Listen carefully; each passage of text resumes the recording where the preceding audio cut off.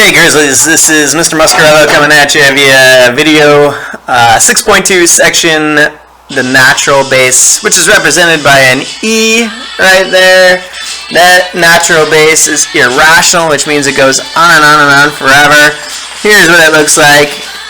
Natural base is approximately 2.71828182846, and it goes on and on again forever.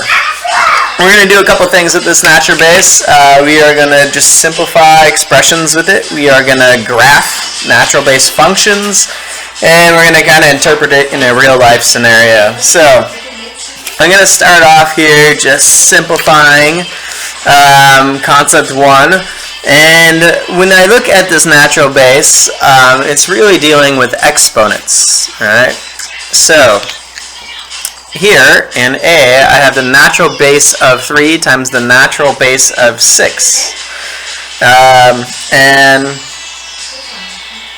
in that, I have like bases of that natural base. And all I have to do is, when I'm multiplying with like bases, I add my exponents. So natural base of 3 plus 6 equals the natural base of 9. Now, what I do is you're going to need to plug that into your calculator. So if you look here, I got the natural log of that ln right there. So I'm going to hit second ln, put 9, end parentheses, hit enter, and there is what we get, which is approximately 8,103.08. Alright. Second one. We are dividing. When you're dividing like bases with, or dividing like bases, you subtract the exponent. So I'm going to start with 16 divided by 4 is 4. The natural base of 5 divided by the natural base of 4 is just a natural base of 1. Or just natural base, right? Same thing. So, and you're going to plug that in your calculator, and again, it's like 4 natural base, put 1 in there for your exponent, and I get 10.87. So.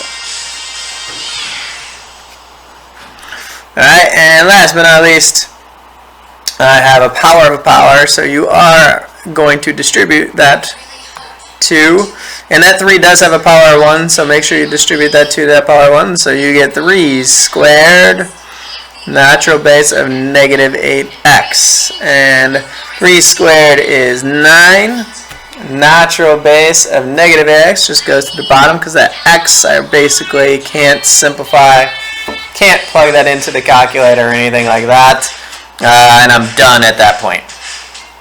Alright, pause this up. Try number 2, A, B, and C, and then go ahead and keep on going. The answers are already there. I'm going to go ahead and just show them.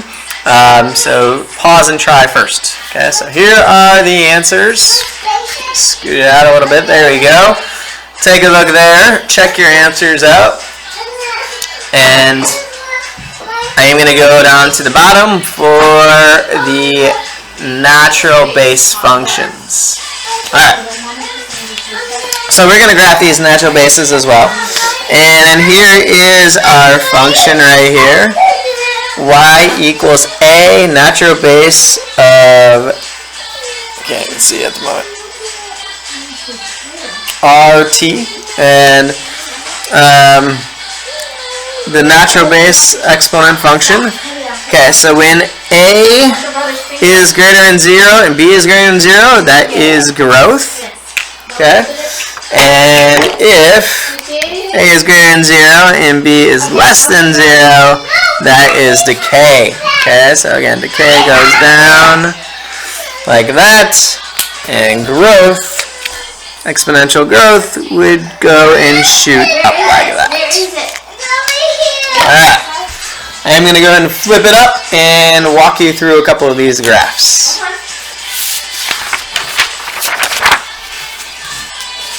Okay, ready? Alright. 1, 2, 3. Here we go. Concept 2, graph natural base functions. Tell whether each function represents exponential growth or exponential decay, then graph the function.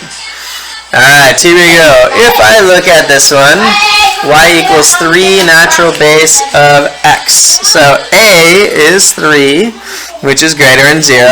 R is 1 times x, right? So that's 1. And since they are both greater than 0, that means growth. What we just did on that last page, right there. Alright. What I'm going to do is just choose my points just like I did in exponential growth, and I'm going to choose these 5 easiest points I can choose, smallest numbers, and again, with dealing with exponential growth, it's going to shoot off your graph really quickly, so it's easier if you can choose small numbers close to that y-axis. Alright, so here, when I do that, I'm just going to plug them into my calculator, and I'm going to get answers 0.4, 1.1, 3, 2.8, and 22.2. Again, you're going to put it in the calculator just like we did before, right? So let's just, if I have a negative, like I'm just doing -2 in the calculator here, I have 3 natural base, and I'm going to go ahead and put -3 in the calculator in parentheses, hit enter, and there's my 1.4. I put the wrong number in there. Let's do that again. 3 natural base of -2, hit enter, and then there I get the 0.406, and there we go, right there. So, plot these points. -2.4, 2 to the left of my origin, up a little less than a half.